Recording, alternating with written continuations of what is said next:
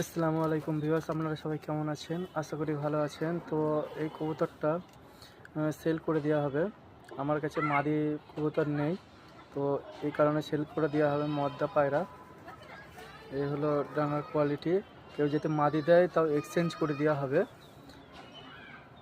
মাদির বদলে মদ্দা। বিগ সাইজের একটা পায়রা। এই হলো ডানা, এই হলো কবুতরটা, দেখেন। স্ক্রিনে নম্বর দেওয়া থাকবে, তো অবশ্যই কল করে নেবেন।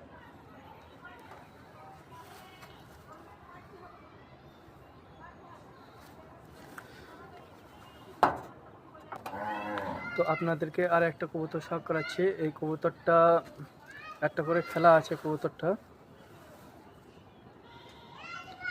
দেখে নিন।